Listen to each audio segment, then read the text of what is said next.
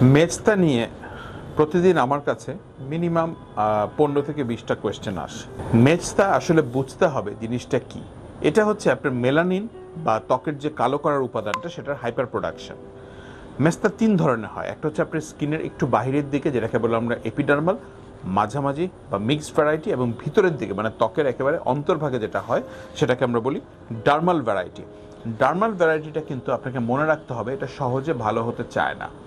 Mixed এবং epidermal variety যেটা, সেটা আমরা সাধারণত মুখে খাওয়ার ওষুধ, প্রয়োজন ভেদে কিছু ইনজেকশন এবং কেমিক্যাল পিল কিংবা কিউ সুইচ বা পিকো লেজারের সাহায্যে এটা চিকিৎসা করে থাকি। ভিতরের যেটা, সেটা কেন ভালো হতে চায় না? কারণ আমরা যখন ট্রিটমেন্টগুলো করি ওই ডার্মাল লেয়ার পর্যন্ত আসলে পৌঁছানো সম্ভব হয় না। হ্যাঁ, একটা জিনিস মনে রাখতে হবে, মেজতা চিকিৎসা করার পরেও 6 থেকে 9 মাস পরে বা কোনো ক্ষেত্রে 1 বছর পরে আপনার মেজতা কিন্তু ফেরত আসতে পারে।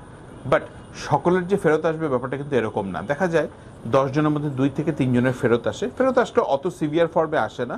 সেক্ষেত্রে মুখে খাওয়ার ওষুধ কিংবা হাইড্রোকুইনন বা কোজিক অ্যাসিড কিংবা ডিমেলানাইজিং যে ছোটো ছোটো এজেন্টগুলো আছে, সেগুলো দিয়ে আমরা চিকিৎসা করতে পারি।